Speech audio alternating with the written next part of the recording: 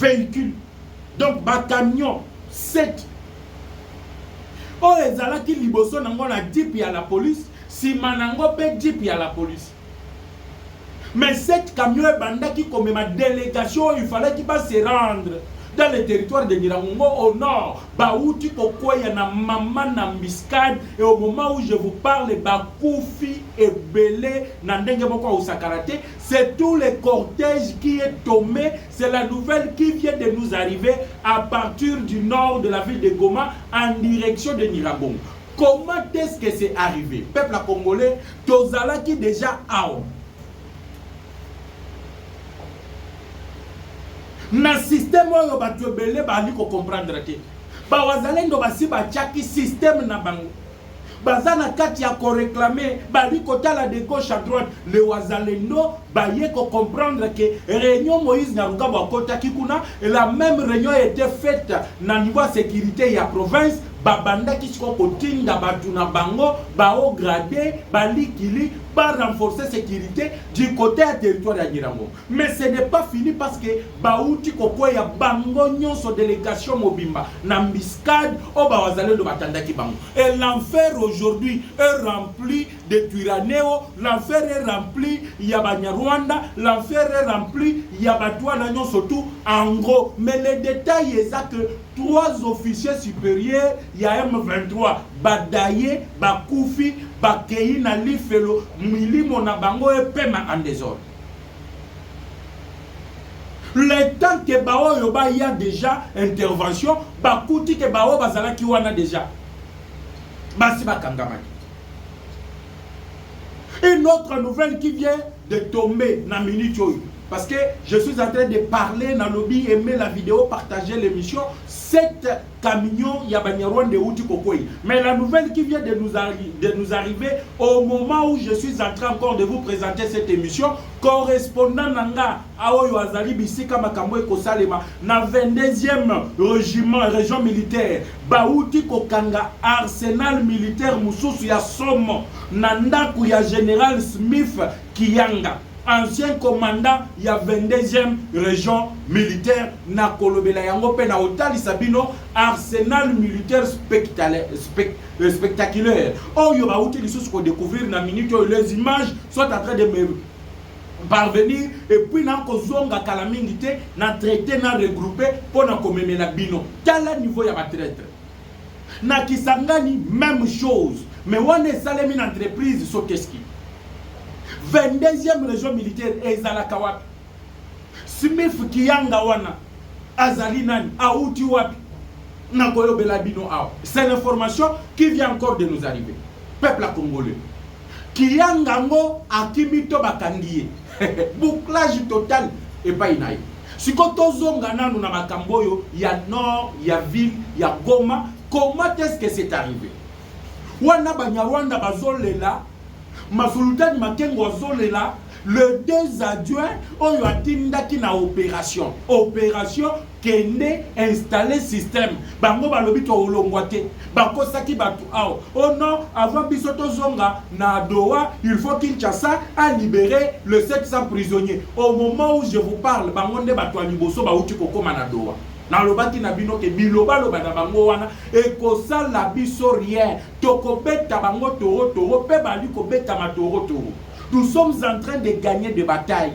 Nous sommes en train de gagner chaque jour des batailles, que ça soit diplomatique, que ça soit sur le terrain. Les Ouazalendo balobi, ba négociation ba kosala na gouvernement, ba négociation ba li kosala du côté de Washington et côté la bangote. Bango ba li ba na mboka ba ye ko défendre l'intégrité ya mboka na bango. Nde omoni les 7 camions et quoi. Le bilan exact ya bato bazala ki na 7 camions et zana nous identifier. Les images sont horribles, à ne pas voir deux fois. Les gens sont calcinés. Na lobibia ba calciné, bazali calciné, na mutuka, na mutu, moye otala ke oyo nde mutuka ezalité. Pour tout le ndenge moko, etikalika ka babongo, bamikuwa, oyo ezalaki calciné.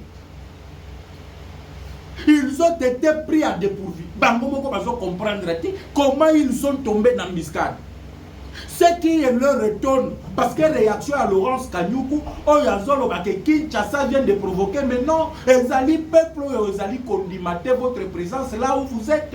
Ezali Kinshasa, c'est le peuple qui s'est pris en charge. Les Ouazalendo, Bazali, Congolais de père et de mère. Bisika wana bakoyi na mbiskat. Ezala qui sous contrôle ya RDF. Toyebi système na bino, toyebi système de jeu, on connaît le joueur et son système de jeu. Na bato bazala qui censé yako ça la on appelle ça la sécurité à cortège. Na cortège ba se retrouver bango tout na mbiscade. Na bisaka bino ke ba wazalendo bozo koyoka wana.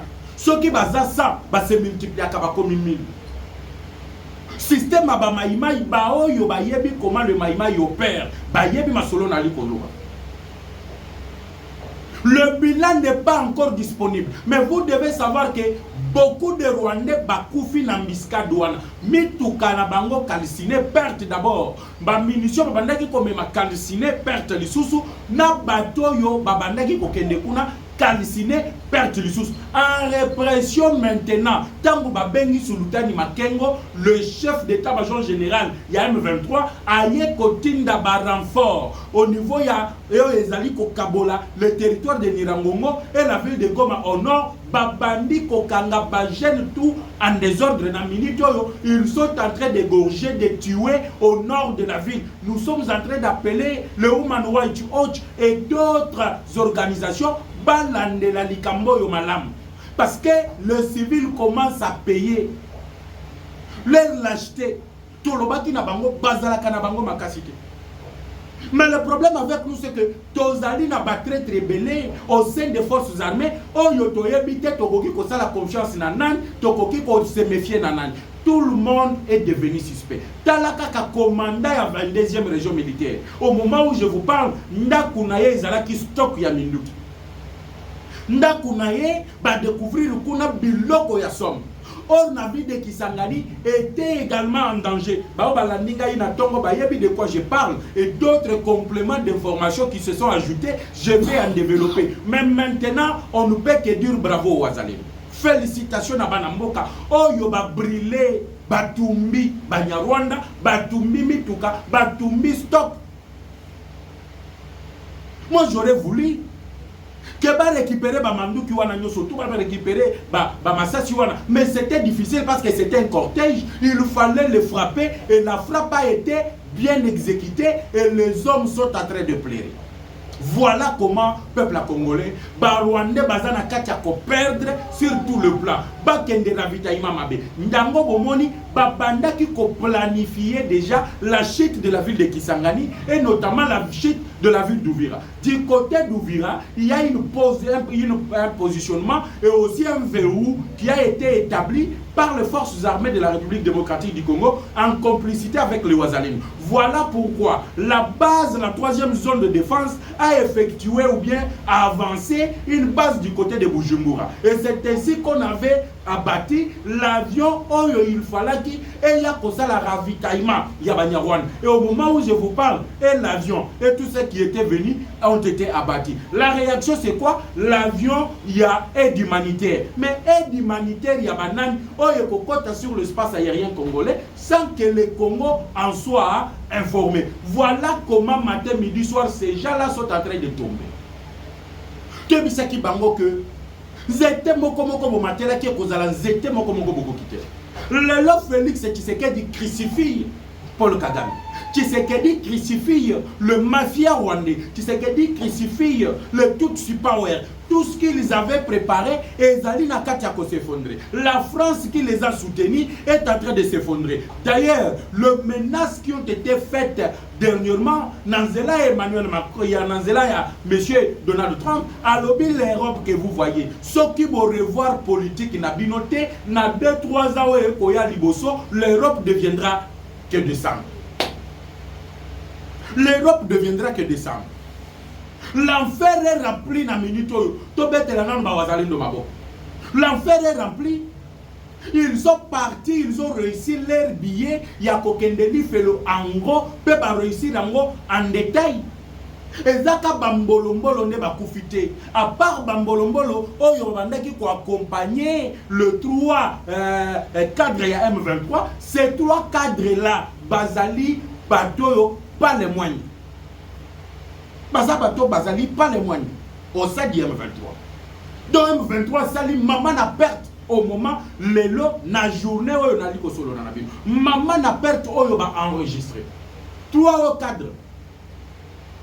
D'un niveau ya armée na bango, moko na niveau administration. Proche ya gouverneur ya Goma, ya Nord Kivu, oyo azali na ville installé na ville ya Goma. Bakei na lifelo en détail. Satan est en train de recevoir leurs corps et leurs âmes en désordre et brûler dans les feux. Le Congo deviendra l'enfer pour tout celui où yakoya na complot na nikopanaye makopana bango tu ezali léger. La guerre nous la mènerons, que ça soit sur le plan diplomatique, et ça la peine nandenga nzoto tokobunda, même nandenga molimo tokobunda. Même nos ancêtres batelemi balobi cette fois-ci 30 ans ça suffit. Kagame a fait partir Mobutu lorsqu'il a fait 30 ans, au-delà même de 30 ans. Yepé Asial qui 30 ans, c'est le moment qu'il puisse partir. 30 ans, ça suffit pour Kagame. Il doit dégager, il doit partir. Voilà pourquoi Manso Bango Basali et Kosimba Lissousouke. Bayimboka Congo, l'enfer s'est ouvert aujourd'hui. Gloire à Dieu. Merci. Nanzambe à permettre que tous ces venger, même si Zalina Noumouke n'a pas millions et des millions de morts. Oh yobiso peuple congolais, Toutaki, Awa, Kobungisa, na atrocité, na mabe, Oyo Rwanda, Aliko Salabiso. Na minute Oyo maintenant. Na ville ya Kisangani, péché Kabila a côté ça qui va réunion na niveau ya Kigali. Na kati ya réunion wana fulgurance mutebana kamambongo bazalaki wana. Bayokani balobi soki tolali pongi, Tshisekedi oyo aolali sabiso pongi. Qu'est-ce qu'il faut faire? To créer rébellion sur toute l'étendue ya mboka na biso République démocratique du Congo. Soki olingi olanda détail ya oyo nyonso nazoloba zonga na émission ya Tongo. Tala émission dans lobby Kigali en fait, très mauvaise nouvelle vient d'arriver. Tu verras les détails. Mais ici, j'apporte le complément d'information. Information il n'est pas Kisami. L'entreprise Soteski et le responsable, le gérant, vient d'être arrêté. Pourquoi le gérant de Soteski vient d'être arrêté? Ah, la société textile de Kisangani. N'abissibino que le plan était déjà d'attaquer la ville de Kisangani par l'intérieur. Il fallait qu'il attaquer la ville donc à partir de l'intérieur de la ville. On pouvait attaquer la ville de Kisangani. Nous sommes regroupés, travailler tactiquement. Na réunion au Moïse Nyarugabo a dirigé na Rwanda. Leur plan c'était quoi? Nous devons créer une rébellion généralisée en commençant d'abord par la ville de Kisangani.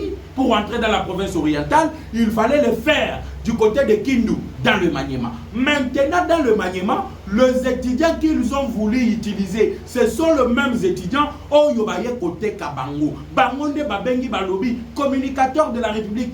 Tala Likamwe Kosalima Ao. Matata a fait sortir de l'argent pour recruter le jeune Ouazalendo qui était prêt à combattre la M23 dans la province du Maniema pour le retourner contre l'armée et contre le gouvernement. Bapesi Bango Mongo peut pas créer rébellion et insécurité à partir de la ville de Kindu. Bamsous Bazalaki dans le territoire où ils allaient composer la province du Nord Kivu, du Kivu, du Maniema plutôt.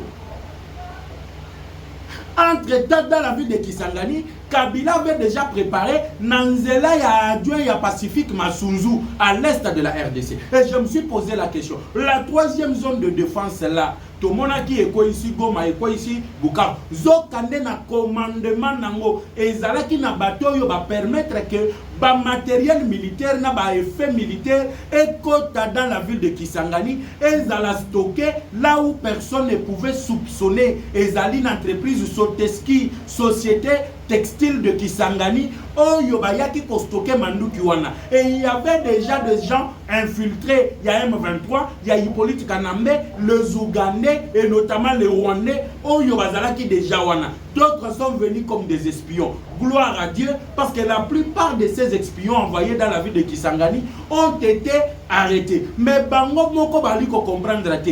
Comment ba plan auto ko mener, tu sais que dali ko découvrir lango bien avant que pire bango moko ba mettre ango en exécution.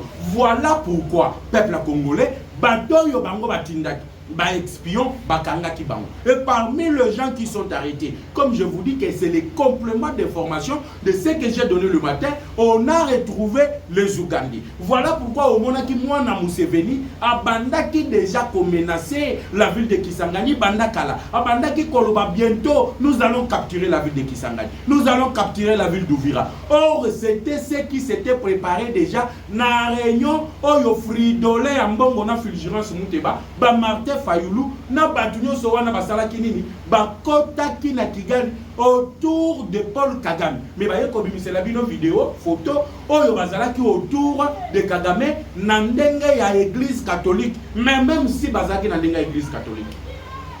N'est-ce pas là l'occasion de faire passer le message de tout ce que le Rwanda est en train de faire au Congo?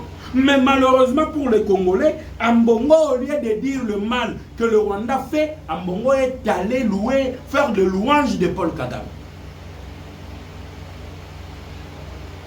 Aujourd'hui, je ne vais pas toucher Ambongo, mais j'ai encore des informations fiables, fraîches qui nous viennent d'arriver. Le responsable de Soteski, selon la dernière information, aurait dit qu'il n'était pas informé que les stocks Oyo ya Soteski et Zalaki utilisés pour stocker autres Kobenga Minduki, il y a déstabiliser la province la province orientale ou soit la ville de Kisangani. Maintenant que nous sommes en train de parler avec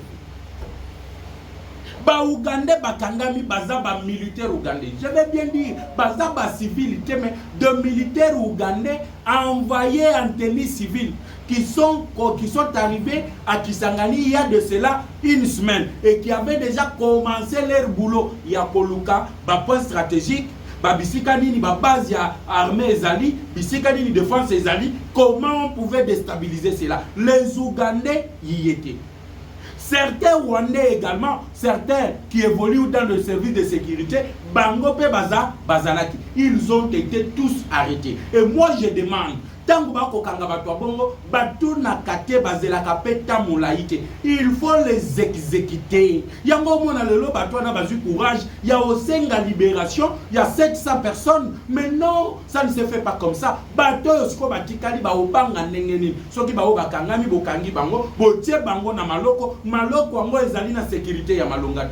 prison militaire de Ndolo a été sujet d'une attaque. Il y a qu'à faire évader ba généraux yo bakangaki na babuzobo babandaki kosala awa ya coup d'état contre monsieur Félix Antoine Tshisekedi Tshilombo, président de la République démocratique du Congo. Kabila a mis les moyens. Vous avez vu déjà la première attaque et plusieurs militaires espions yo bakangaki bango déjà. Ba français tolobela kibino awa ba espion français, ba technicien français, malgré bomoni ba tomozusu ba bimi pour faire des déclarations que dire ezali lokuta, mais qu'ils vous disent pourquoi Antenne A et Zalaki encerclés? Pourquoi? Mais pourquoi la garde républicaine et Kangaki place Antenne A et Zalaka pendant toute une journée? Qu'est-ce qui a été découvert là-bas? Arrêtez de mentir. Les informations qu'on vous donne, vous ne trouverez jamais cela à la RTLC, la BBC, la RFI, le TV5 Monde. Ils ne vous diront jamais oh ezali ko kende na avantage ya mboka. Le Rwanda bandaki ko utiliser ba poste frontalier, ali ko bénéficier d'un avantage et tout, mais le na Washington balobini non, on accepte que Babiloko ezali na frontière na Bango, na Congo, il faut pas partager kayango. Mais à l'époque de Kabila, tous ces six Rwandais bandaki ko zoyango sans s'inquiéter, sans aucun souci, mais avec Tshisekedi aujourd'hui, nous avons lutté pour récupérer Babiloko wana nyoso. Pour récupérer Babiloko wana nyoso. Et ça, il y a Matanga général na Goma, au nord de la ville de Goma, à l'entrée du territoire de Dirangongo. Matanga du côté du général Smith Oyo ya 22e région militaire, Matanga du côté de Kisangani. Tout le plan est koko yanamai. Bango moko bazole la bazo comprendre la té. Tshisekedi ana kisité ezali maman na collaboration oyo ezali mise en place na minute oyo entre les services ya renseignement congolais na ba service ya intelligence ya États-Unis d'Amérique. Lelo batwa minoko biloba loba na yebisaka bino M23 c'est lokuta sur lokuta. Soki bakoma na Kisanga na Bukavu na Goma, c'est sur le mensonge. Ils ont fait la propagation de faux bruits. Voyez comment ils ont procédé. Vous voyez comment ils ont procédé. Ils ont utilisé même Vital Kamerhe. Lelo, Vital Kamerhe annonce Makambo et Kosale na Union Sacrée. Il n'est pas d'accord avec ça. Mais toi, vous voyez Vital Kamerhe. Peuple Atika n'a jamais osé d'accord avec vous. C'est même le temps de quitter l'Union Sacrée.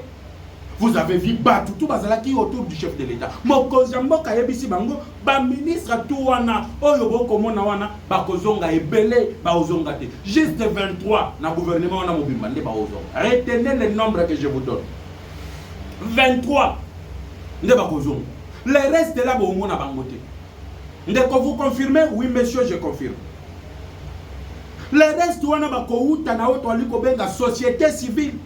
Pas seulement la société civile, mais également l'opposition. Opposition, il y a Martin Fayoul, il y a Kenda Kigali, qui a la pression. Il faut qu'un dialogue et salut. Mais pendant ce temps, Fayoulou a eu le courage, Mayimboka Congo, Yakobi Misa na Koloba. Ao, Batunaye, Prince Penge, na Devos Kitoko. Azali secrétaire ya parti à SID. Avant que Mokonzi Mboka aille en présidium à Union Sacrée, le chef de l'État a eu à recevoir Prince Penge et Devos Kitoko dans le cadre de l'opposition. Pendant que Fayoulou était en réunion avec les Ambongo et les Paul Kagame et Kabila au niveau de Kigali, comment est-ce qu'il faut créer les sécurités généralisées sur l'étendue de la République démocratique du Congo. On a responsabilisé Fayoulou.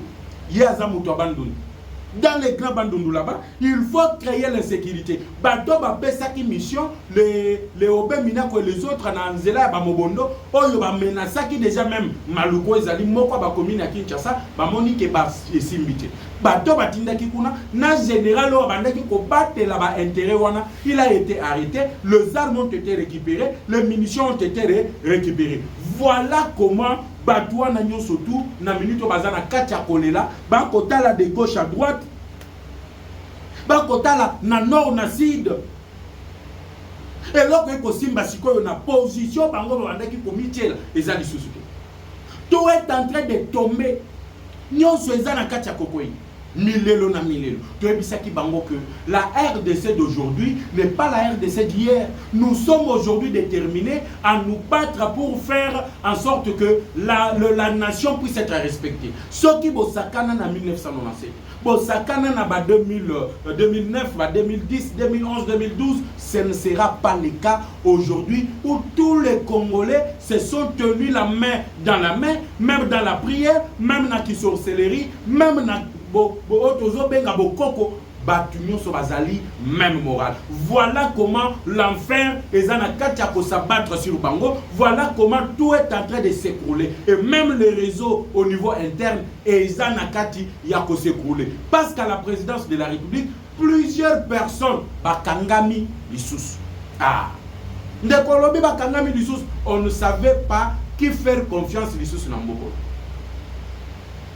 Pas de Rwandais, pas de Français cette fois-ci, pas des Ougandais cette fois-ci, mais des Congolais de père et de mère. Quelle trahison, mon Dieu! Nako simba mutu na kolela.